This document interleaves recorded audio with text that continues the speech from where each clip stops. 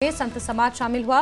मुख्यमंत्री नायब सैनी को संत समाज ने आशीर्वाद दिया। संत कबीर कुटीर में ये कार्यक्रम आयोजित किया गया था, जो मुख्यमंत्री का चंडीगढ़ में निवास स्थान है। यहां पर संत समाज की तरफ से कई महात्मा, कई प्रबुद्धजन पहुंचे हुए थे और मुख्यमंत्री नायब सैनी को इन सभी लोगों ने आशीर्वाद दिया।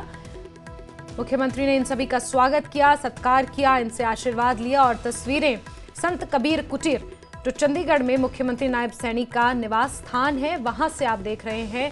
सुबह 10:30 बजे इस कार्यक्रम का आयोजन किया गया था और संत समाज की तरफ से कई स्वामी महाराज, महात्मागण यहां पर पहुंचे हुए थे, जिन्होंने मुख्यमंत्री नायब सैनी को आशीर्वाद दिया।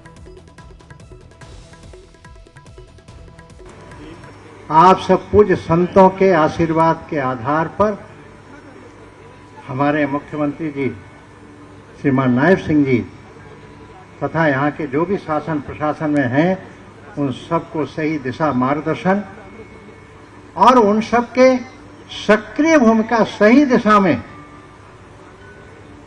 जो उचित है वो उचित को करना, अनुचित है तो उसको नहीं करना, इस प्रकार की भूमिका में वर्तमान मुख्यमंत्री हमारे शीघ्र ही हरियाणा की उन्नति में अपनी अहम भूमिका निभाएं। इसके लिए आप सबके आशीर्वाद की बहुत आवश्यकता थी, इसलिए आप सबके आगमन पर ये सब हुआ, उसी के निमित्त ये सब कुछ आयोजन हुआ है। तो इसलिए जो सनातन का है वही हमारा है और वही देश का भी है, वही देश के लिए मांगलिक है।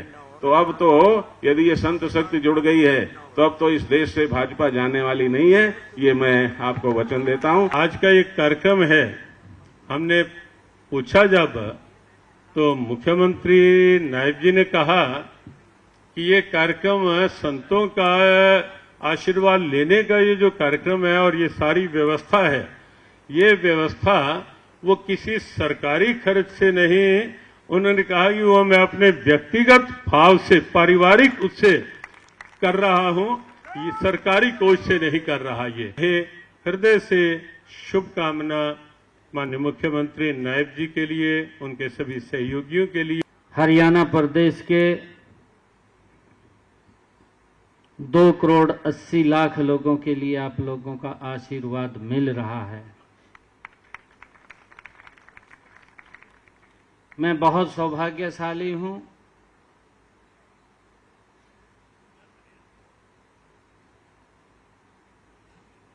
क्योंकि सरकार का धर्म और राजनीति उसका एक संबंध है। आप सबके आशीर्वाद से देश ने भी और प्रदेश ने भी एक नई करवट ली है। देश की समस्याओं का समाधान हुआ, जिनसे हम जूझते थे, देश के लोग जूझते थे। मैं अपनी आंखों से यह देखता था कि हमारी संस्कृति कहीं न कहीं विलुप्त होती जा रही है, छोटी होती जा रही है।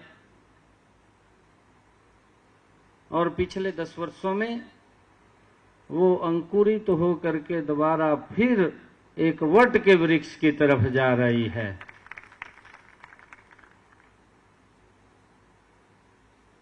ये आशीर्वाद आप लोगों का ही है और मुझे ये खुशी है, आप सबका आशीर्वाद आज इस नई सरकार को जो तीसरे टर्म के अंदर आई है, उसके अंदर आपके आशीर्वाद की बड़ी भूमिका है, मैं ये मानता हूं।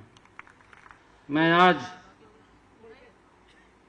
आप सबके इस आशीर्वाद से